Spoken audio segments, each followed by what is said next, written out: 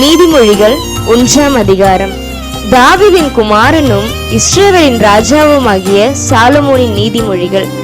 இவைகளால் ஞானத்தையும் போதகத்தையும் அறிந்து புத்திமதிகளை உணர்ந்து விவேகம், நீதி, நியாயம், நிதானம் என்பவைகளை பற்றிய உபதேசத்தை அடையலாம். இவைகள் பேதைகளுக்கு வினாவையும் வாலிபருக்கு அறிவையும் விவேகத்தையும் கொடுக்கும். புத்திமான் இவைகளை கேட்டு அறிவில் தேறுவான். விவேகி நல்லாலோசனைகளை அடைந்து நீதிமொழியையும் அதன் அர்த்தத்தையும் ஞானிகளின் வாக்கியங்களையும் அவர்கள் உரைத்த புதை பொருட்களையும் அறிந்து கொள்வான். கர்த்தருக்கு பயப்படுதலே ஞானத்தின் ஆரம்பம். மூடர் ஞானத்தையும் போதகத்தையும் அசட்டை பண்ணுகிறார்கள். என் மகனே, உன் தகப்பன் புத்தியை கேள், உன் தாயின் போதகத்தை தள்ளாதே. அவைகள் உன் சிரசுக்கு அலங்காரமான முடியும், உன் கழுத்துக்கு சரபணியுமாயிருக்கும். என் மகனே, பாவிகள் உனக்கு நயங்காட்டினாலும் நீ சம்மதியாதே. எங்களோட வா, ரத்தம் சிந்தும்படி நாம் பதிவிருந்து குற்றமற்றிருக்கிறவர்களை முகாந்திரமின்றி பிடிக்கும்படி ஒளித்திருப்போம். பாதாளம் விழுங்குவது போல் நாம் அவர்களை உயிரோடு விழுங்குவோம். குழியில் இறங்குகிறவர்கள் விழுங்கப்படுவது போல் அவர்களை முழுமையும் விழுங்குவோம். விலை உயர்ந்த சகலவித பொருட்களையும் கண்டடைவோம். கொள்ளை பொருளினால் நம்முடைய வீடுகளை நிரப்புவோம். எங்களோட பங்காளியாயிரு, நம் எல்லாருக்கும் ஒரே பை இருக்கும் என்று அவர்கள் சொல்வார்களாகில், என் மகனே, நீ அவர்களுடைய வழி நடவாமல் உன் காலை அவர்கள் பாதைக்கு விலக்குவாயாக. அவர்கள் கால்கள் தீங்கு செய்ய ஓடி இரத்தஞ்சிந்த தீவிரிக்கிறது. எவ்வகையான பட்சியானாலும் சரி, அதன் கண்களுக்கு முன்பாக வலையை விரிப்பது விருதா. இவர்களோ தங்கள் இரத்தத்திற்கே பதிவிருக்கிறார்கள், தங்கள் பிராணனுக்கே ஒளி வைத்திருக்கிறார்கள். பொருளாசையுள்ள எல்லாருடைய வழியும் இதுவே, இது தன்னையுடையவர்களின் உயிரை வாங்கும். ஞானமானது வெளியே நின்று கூப்பிடுகிறது, வீதிகளில் சத்தமிடுகிறது. அது சந்தடியுள்ள தெருக்களின் சந்தையிலும் ஒளிமுக வாசலிலும் நின்று கூப்பிட்டு பட்டணத்தில் தன் வார்த்தைகளை வசனித்து சொல்லுகிறது. பேதைகளே, நீங்கள் பேதமையை விரும்புவதும், நிந்தனைக்காரரே, நீங்கள் நிந்தனையில் பிரியப்படுவதும், மதியினரே, நீங்கள் ஞானத்தை வெறுப்பதும் எதுவரைக்கும் இருக்கும்? என் கடிந்து கொள்ளுதலுக்கு திரும்புங்கள். இதோ என் ஆவியை உங்களுக்கு அருளுவேன், என் வார்த்தைகளை உங்களுக்கு தெரிவிப்பேன். நான் கூப்பிட்டும் நீங்கள் கேட்க மாட்டோம் என்கிறீர்கள். நான் என் கையை நீட்டியும் கவனிக்கிறவன் ஒருவனும் இல்லை. என் ஆலோசனையை எல்லாம் நீங்கள் தள்ளி என் கழிந்து கொள்ளுதலை வெறுத்தீர்கள். ஆகையால் நானும் உங்கள் ஆபத்து காலத்தில் நகைத்து நீங்கள் பயப்படும் காரியம் வரும்போது ஆகடியம் பண்ணுவேன். நீங்கள் பயப்படும் காரியம் பூசல் போல் வரும்போதும், ஆபத்து சூறாவளி போல் உங்களுக்கு நேரிடும் போதும், நெருக்கமும் இடுக்கணும் உங்கள் மேல் வரும்போதும் ஆகடியம் பண்ணுவேன். அப்பொழுது அவர்கள் என்னை நோக்கி கூப்பிடுவார்கள், நான் மறு உத்தரவு கொடுக்க மாட்டேன். அவர்கள் அதிகாலையில் என்னை தேடுவார்கள், என்னை காண மாட்டார்கள். அவர்கள் அறிவை வெறுத்தார்கள், கர்த்தருக்கு பயப்படுதலை தெரிந்து கொள்ளாமற் போனார்கள். என் ஆலோசனையை அவர்கள் விரும்பவில்லை, என் கடிந்து கொள்ளுதலை எல்லாம் அசட்டை பண்ணினார்கள். ஆகையால் அவர்கள் தங்கள் வழியின் பலனை புசிப்பார்கள், தங்கள் யோசனைகளினால் திருப்தி அடைவார்கள். பேதைகளின் மாறுபாடு அவர்களை கொல்லும், மூடரின் நிர்விசாரம் அவர்களை அழிக்கும். எனக்கு செவி கொடுக்கிறவன் எவனோ அவன் விக்கினமின்றி வாசம் பண்ணி ஆபத்திற்கு பயப்படாமல் அமைதியாயிருப்பான். நீதிமொழிகள் 2ஆம் அதிகாரம் 1ஆம் வசனம் முதல். என் மகனே, நீ உன் செவியை ஞானத்திற்கு சாய்த்து உன் இருதயத்தை புத்திக்கு அமைய பண்ணும் பொருட்டு நீ என் வார்த்தைகளை ஏற்றுக்கொண்டு என் கட்டளைகளை உன்னிடத்தில் பத்திரப்படுத்தி ஞானத்தை வா என்று கூப்பிட்டு புத்தியை சத்தமிட்டு அழைத்து அதை வெள்ளியை போல் நாடி புதையல்களை தேடுகிறது போல் தேடுவாயாகில், அப்பொழுது கர்த்தருக்கு பயப்படுதல் இன்னதென்று நீ உணர்ந்து தேவனை அறியும் அறிவை கண்டடைவாய். கர்த்தர் ஞானத்தை தருகிறார், அவர் வாயினின்று அறிவும் புத்தியும் வரும். அவர் நீதிமான்களுக்கென்று மெய் ஞானத்தை வைத்திருக்கிறார். உத்தமமாய் நடக்கிறவர்களுக்கு அவர் கேடகமுமாயிருக்கிறார். அவர் நியாயத்தின் நெறிகளை தற்காத்து தம்முடைய பரிசுத்தவான்களின் பாதையை காப்பாற்றுகிறார். அப்பொழுது நீதியையும் நியாயத்தையும் நிதானத்தையும் சகல நல்வழிகளையும் அறிந்து கொள்ளுவாய். ஞானம் உன் இருதயத்தில் பிரவேசித்து அறிவு உன் ஆத்துமாவுக்கு இன்பமாய் இருக்கும்போது நல் யோசனை உன்னை காப்பாற்றும், புத்தி உன்னை பாதுகாக்கும். அதனால் நீ துன்மார்க்கனுடைய வழிக்கும் மாறுபாடு பேசுகிற மனுஷனுக்கும் அந்தகார வழிகளில் நடக்க நீதி நெறிகளை விட்டு தீமை செய்ய மகிழ்ந்து துன்மார்க்கருடைய மாறுபாடுகளில் களி கூறுகிறவர்களுக்கும் மாறுபாடான பாதைகளிலும் கோணலான வழிகளிலும் நடக்கிறவர்களுக்கும் நீ தப்புவிக்கப்படுவாய். தன் இளவயதின் நாயகனை விட்டு தன் தேவனுடைய உடன்படிக்கையை மறந்து இச்சகமான வார்த்தைகளை பேசும் அந்நிய பெண்ணாகிய பரஸ்திரீக்கும் தப்புவிக்கப்படுவாய். அவளுடைய வீடு மரணத்துக்கும் அவளுடைய பாதைகள் மரித்தோரிடத்திற்கும் சாய்கிறது. அவளிடத்தில் போகிறவர்களில் ஒருவரும் திரும்புகிறதில்லை, ஜீவ பாதைகளில் வந்து சேருகிறதும் இல்லை. ஆதலால் நீ நல்லவர்களின் வழியிலே நடந்து நீதிமான்களின் பாதைகளை காத்து கொள்வாயாக. செவ்வையானவர்கள் பூமியிலே வாசம் பண்ணுவார்கள், உத்தமர்கள் அதிலே தங்கியிருப்பார்கள். துன்மார்க்கரோ பூமியிலிருந்து அறுப்புண்டு போவார்கள், துரோகிகள் அதில் இராதபடிக்கு நிர்மூலமாவார்கள். நீதிமொழிகள் 3ஆம் அதிகாரம் 1 முதல். என் மகனே, என் போதகத்தை மறவாதே, உன் இருதயம் என் கட்டளைகளை காக்க கடவது. அவைகள் உனக்கு நீடித்த நாட்களையும் தீர்க்காயுசையும் சமாதானத்தையும் பெருக பண்ணும். கிருபையும் சத்தியமும் உன்னை விட்டு விலகாதிருப்பதாக. நீ அவைகளை உன் கழுத்திலே பூண்டு அவைகளை உன் இருதயமாகிய பலகையில் எழுதிக்கொள். அதனால் தேவனுடைய பார்வையிலும் மனுஷனுடைய பார்வையிலும் தயையும் நற்புத்தியும் பெறுவார்.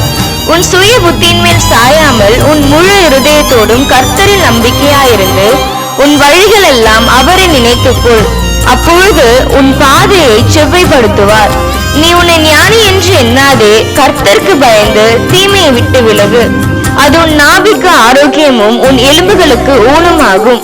உன் பொருளாலும் உன் எல்லா விளைவின் முதற் பலனாலும் கர்த்தரை கனம் பண்ணு. அப்பொழுது உன் களஞ்சியங்கள் பூரணமாய் நிரம்பும், உன் ஆலைகளில் திராட்சை ரசம் புரண்டோடும். என் மகனே, நீ கர்த்தருடைய சிற்சையை அற்பமாக எண்ணாதே, அவர் கடிந்து கொள்ளும் போது சோர்ந்து போகாதே. தகப்பன் தான் நேசிக்கிற புத்திரனை சிற்றிக்கிறது போல கர்த்தரும் எவனிடத்தில் அன்பு கூறுகிறாரோ அவனை சிற்றிக்கிறார். ஞானத்தை கண்டடைகிற மனுஷனும் புத்தியை சம்பாதிக்கிற மனுஷனும் பாக்கியவான்கள். அதன் வர்த்தகம் வெள்ளி வர்த்தகத்திலும் அதன் ஆதாயம் பசு பொன்னிலும் உத்தமமானது. முத்துக்களை பார்க்கிலும் அது விலையேற பெற்றது. நீ இச்சிக்கப்படத்தக்கதொன்றும் அதற்கு நிகரல்ல. அதன் வலது கையில் தீர்க்காயுசும் இடது கையில் செல்வமும் கனமும் இருக்கிறது. அதன் வழிகள் இனிதான வழிகள், அதன் பாதைகள் எல்லாம் சமாதானம். அது தன்னை அடைந்தவர்களுக்கு ஜீவ விருட்சம். அதை பற்றி கொள்ளுகிற எவனும் பாக்கியவான்.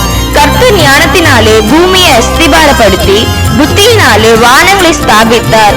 அவருடைய ஞானத்தினாலே ஆழங்கள் பிரிந்தது, ஆகாயமும் பனியை பெய்கிறது. என் மகனே, இவைகள் உன் கண்களை விட்டு பிரியாதிருப்பதாக. மேன் ஞானத்தையும் நல்லாலோசனையையும் காத்துக்கொள். அவைகள் உன் ஆத்துமாவுக்கு ஜீவனும் உன் கழுத்துக்கு அலங்காரமுமாயிருக்கும். அப்பொழுது நீ பயமின்றி உன் வழியில் நடப்பாய், உன் கால் இடராது. நீ படுக்கும்போது பயப்படாதிருப்பாய், நீ படுத்துக் கொள்ளும் போது உன் நித்திரை இன்பமாயிருக்கும். சடுதியான திகிலும் துஷ்டர்களின் பால் கடிப்பும் வரும்போது நீ அஞ்ச வேண்டாம். கர்த்தர் உன் நம்பிக்கையாயிருந்து உன் கால் சிக்கிக் கொள்ளாதபடி காப்பார். நன்மை செய்யும்படி உனக்கு திராணி இருக்கும் போது அதை செய்யத்தக்கவர்களுக்கு செய்யாமல் இராதே. உன்னிடத்தில் பொருள் இருக்கையில் உன் அயலானை நோக்கி நீ போய் திரும்பி வா, நாளைக்கு தருவேன் என்று சொல்லாதே. அச்சமின்றி உன்னிடத்தில் வாசம் பண்ணுகிற உன் அயலானுக்கு விரோதமாக தீங்கு நினையாதே. ஒருவன் உனக்கு தீங்கு செய்யாதிருக்க காரணமின்றி அவனோட வழக்காடாதே. கொடுமை உள்ளவன் மேல் பொறாமை கொள்ளாதே, அவனுடைய வழிகளில் ஒன்றையும் தெரிந்து கொள்ளாதே. மாறுபாடுள்ளவன் கர்த்தருக்கு அருவருப்பானவன். நீதிமான்களோடு அவருடைய ரகசியம் இருக்கிறது. துன்மார்க்கனுடைய வீட்டில் கர்த்தரின் சாபம் இருக்கிறது. நீதிமான்களுடைய வாசஸ்தலத்தையோ அவர் ஆசீர்வதிக்கிறார். இகழ்வோரை அவர் இகழ்கிறார், தாழ்மை உள்ளவர்களுக்கோ கிருபை அளிக்கிறார். ஞானவான்கள் கனத்தை சுதந்தரிப்பார்கள், மதிக்கேடரோ கனவீனத்தை அடைவார்கள். நீதிமொழிகள் 4ஆம் அதிகாரம் 1 முதல். பிள்ளைகளே, நீங்கள் தகப்பன் போதகத்தை கேட்டு புத்தியை அடையும்படி கவனியுங்கள். நான் உங்களுக்கு நற்போதகத்தை தருகிறேன், என் உபதேசத்தை விடாதிருங்கள். நான் என் தகப்பனுக்கு பிரியமான குமாரனும் என் தாய்க்கு மிகவும் அருமையான ஒரே பிள்ளையுமானவர். அவர் எனக்கு போதித்து சொன்னது, உன் இருதயம் என் வார்த்தைகளை காத்துக்கொள்ள கடவது, என் கட்டளைகளை கைக்கொள், அப்பொழுது பிழைப்பார். ஞானத்தை சம்பாதி, புத்தியையும் சம்பாதி, என் வாயின் வார்த்தைகளை மறவாமலும் விட்டு விலகாமலும் இரு. அதை விடாதே, அது உன்னை தற்காக்கும். அதன் மேல் பிரியமாயிரு, அது உன்னை காத்துக்கொள்ளும். ஞானமே முக்கியம். ஞானத்தை சம்பாதி. எண்ணத்தை சம்பாதித்தாலும் புத்தியை சம்பாதித்துக்கொள். நீ அதை மேன்மைப்படுத்து, அது உன்னை மேன்மைப்படுத்தும். நீ அதை தழுவி கொண்டால் அது உன்னை கனம் பண்ணும். அது உன் தலைக்கு அலங்காரமான முடியை கொடுக்கும். அது மகிமையான கிரீடத்தை உனக்கு சூட்டும். என் மகனே கேள், என் வார்த்தைகளை ஏற்றுக்கொள், அப்பொழுது உன் ஆயுஷின் வருஷங்கள் அதிகமாகும். ஞான மார்க்கத்தை நான் உனக்கு போதித்தேன், செவ்வையான பாதைகளிலே உன்னை நடத்தினேன். நீ அவைகளில் நடக்கும் போது உன் நடைகளுக்கு இடுக்கண் உண்டாவதில்லை. நீ அவைகளில் ஓடினாலும் இடரமாட்டாய். புத்திமதியை உறுதியாய் பற்றிக்கொள், அதை விட்டு விடாதே, அதை காத்துக்கொள், அதுவே உனக்கு ஜீவன். துன்மார்க்கருடைய பாதையில் பிரவேசியாதே, தீயோருடைய வழியில் நடவாதே, அதை வெறுத்துவிடு. அதன் வழியாய் போகாதே, அதை விட்டு விலகி கடந்து போ. பொல்லாப்பு செய்தால் ஒழிய அவர்களுக்கு நித்திரை வராது. அவர்கள் யாரையாகிலும் விழ பண்ணாதிருந்தால் அவர்கள் தூக்கம் கலைந்து போ. அவர்கள் ஆகாமியத்தின் அப்பத்தை புசித்து கொடுமையின் திராட்சரசத்தை குடிக்கிறார்கள். நீதிமான்களுடைய பாதை நடுப்பகல் வரைக்கும் அதிகமாய் பிரகாசிக்கிற சூரிய பிரகாசம் போல் இருக்கும். துன்மார்க்கருடைய பாதையோ காரருளை போல் இருக்கும். தாங்கள் இடறுவது இன்னத்தில் என்று அறியார்கள். என் மகனே, என் வார்த்தைகளை கவனி, என் வசனங்களுக்கு உன் செவியை சாய். அவைகள் உன் கண்களை விட்டு பிரியாதிருப்பதாக. அவைகளை உன் இருதயத்துக்குள்ளே காத்துக்கொள்.